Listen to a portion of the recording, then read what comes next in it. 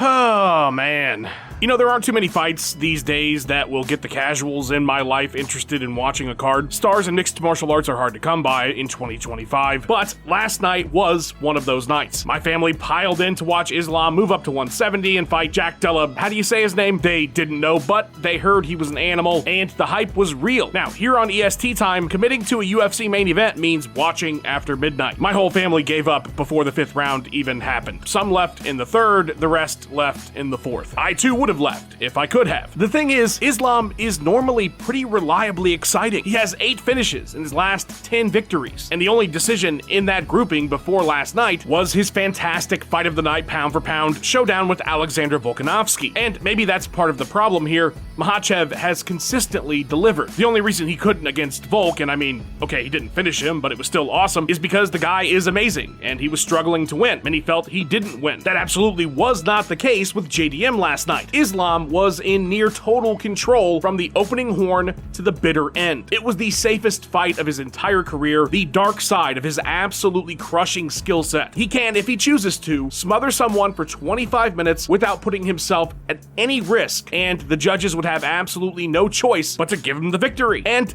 it is impressive. The guy just became a champion in a division 15 pounds up against a guy that's not lost in nearly a decade. He now has the longest win streak in UFC history. He is historically significant and dominant. That was an important and impressive win. Dana sang his praises as pound for pound #1 and mentioned him being in the GOAT discussion after that victory. Pretty interesting given how he's looked at other fighters who have had less exciting bouts in headlining positions, but maybe it's because Islam is one of the few stars this sport has right now, and he doesn't want to derail a guy that people are genuinely interested in when there really aren't that many of those these days. But he did admit that it wasn't exactly fun to watch, and he's right, it wasn't. But as I sat down to write this video, I was kind of struggling to figure out why it is this fight in particular felt so frustrating and just shitty afterwards. And it was harder to answer than I thought it would be. If you watch these autopsies regularly, you know that I'm not often one to feel any kind of negative way about a strong performance. Boring or not, I'm usually very generous. And that's because I think fighters who can dominate should, regardless of how we feel about it. It doesn't really bother me to see normally. And again, it's not like the guy has been consistently boring or something. So this wasn't Makhachev fatigue. Then I started thinking about other champions that had boring wins in huge high-profile spots. And I don't feel like I felt this exhausted after some of GSP's less engaging victories back at his peak in this division. Why did I and many others give him more goodwill? Then I thought maybe it was the co-main event that compounded things. It was also a very safe performance by Valentina Shevchenko in another fight I was really excited about. So maybe those two in a row had something to do with it. But then I started thinking about it, and well, a lot of this year's big events have been disappointing when you think about it. DDP Strickland 2. I mean, watch the video I did about it, oh my god. Pereira versus Ankh 1 left a lot to be desired by a ton of fans. DDP versus Hamza. I mean, everybody thought it was going to be smash, smash, smash, and it was total dominance, but it was like Islam. Impressive, awe-inspiring, inevitable, just not exactly exciting. 321 ended with a damn eye poke, and now this. So maybe it's just been building all year long. This frustration with, well, what feels like risk aversion, I guess, when you kind of get down to the core of it. Strickland, Ankh, Hamzat, now Val, and Islam. You could argue that every one of those fighters did everything they could to mitigate risk, and as a result, those fights were not interesting. Aspinall absolutely should not have continued, but unfortunately, it's a fight ending because somebody can't see. Something even the UFC's post-show commentators were saying he should have just fought through, which I think is a terrible take. It was not Tom's fault. There was nothing he could do. He made the right decision, but it was still a fighter making a choice that ended a card disappointingly. So a bunch of the tentpole events this year that a lot of fans tuned in for left them with bitter tastes in their mouths. That $80 price point certainly doesn't help either. Thank God it's going away. So maybe it was the culmination of all of that this year, and the frustration from it just dumped into Islam's lap. What he did was smart and incredible. It just wasn't entertaining. It felt like he could have done more, but he chose not to avoid problems. And look, JDM was defending those subs very well, so that's part of it. It can't all go on the single fighter, but when someone is that dominant and in dominant positions for that long, as a fan, you hope for more of a drive to finish, not just win. It's a balance that fighters have been trying to figure out since the start. Entertainment value versus the path of least resistance to victory. I just think, unfortunately for Makhachev, the scale had been tipping all year in one direction, and he just made it spill over last night. So yeah, Frustrating night as a fan, frustrating year really, but what Islam and Valentina did should be commended regardless. They're two of the best to ever do it, and when the smoke clears as we look down the line, I don't think anybody will be looking at either of those fighters as anything but great. And I guess for them, avoiding that risk and feeling some heat in the short term is maybe worth the long-term legacy-defining greatness that they've achieved. It wasn't all complete and utter dominance with little of interest behind it though. I mean, from Bo Nickel through to Michael Morales, we got 4 insane knockouts back to back to back to back. So that was at least fun, but of course any show with significant fights that are at the top, if they don't end well, the whole thing feels sour. That said though, we should note how awesome Protes and Morales' wins were. Welterweight suddenly feels young and vibrant with these two guys crushing mainstays in the division. I don't know what the heck happens next with Islam at 170. It sounds like 155 is done now given how big the dude is. That's not weight you just take off and put back on willy-nilly, but yeah, some fun contenders coming up at welterweight, even if the changing of the guard tonight left a lot to be desired. Let's refocus though and look at some cold hard numbers for 322. Numbers never let us down. And then we'll pass out some awards and call it a day. How's that sound? The UFC's yearly stop at MSG saw 14 fights with 5 KO TKOs, 2 subs, 7 decisions, for a total cage time of 2 hours 49 minutes 47 seconds. Pretty much everybody that was supposed to win on this card did. 12 favorites out of 14 won as expected. That's fun when things go exactly how you assumed they would in sports. Benoit Saint-Denis' 16-second knockout of Beneil Dariush was absolutely the fastest loss that Dariush has ever suffered, and that would have been tied for the 4th fastest finished in lightweight history if the fight took place at 155, but it was a catchweight, so as a consolation, we'll give Benny our fastest Frenchman award. Every Carlos Protes win is a knockout going back 12 fights to 2021, a very difficult 3-fight skid for the former champion Leon Edwards. His KO loss to Protes was the only he has ever suffered in his entire career, so we're gonna give Carlos our Headshot Dead award. Michael Morales is on one as well. That's now 3 in a row in the first round by KO, and extends his career unbeaten streak to 19 in a row. Call this man the Undertaker at WrestleMania. The dominance of Valentina Bullet needs to be studied. She limited Zhang Weili to just 32 significant strikes landed. That's the least of any fight that's gone the distance in her entire career. The bout marked the 13th title fight in a row for Shevchenko. That is absolutely absurd. And finally, we look at what Islam was able to do. 19 minutes and 10 seconds of control time in a 25-minute fight is just beyond ridiculous. And more control time than all of Maddalena's UFC opponents combined. Throw his DWCS fight in there as well. Jack Della's last loss came at the start of his career almost a decade ago in 2016. With that victory, Islam has tied Anderson Silva for the longest win streak in UFC history at 16. And that was, unfortunately, UFC 322. But not unfortunate was the incredible edit of this autopsy by the amazing Max Randall. Please follow his socials, subscribe to his YouTube channel, and show him some love. He's the real MVP of these videos. An oversized thank you to our channel members as well. You make doing these super fast autopsies so much easier. Fight fans, join up and get exclusive content as a member yourself. Like and subscribe because we do these after every numbered card. Let us know what you thought of the event. I love reading the comments, and thanks for stopping by. Enjoy your Sunday. Which, if you're not watching this on Sunday, then I'm talking about a dessert.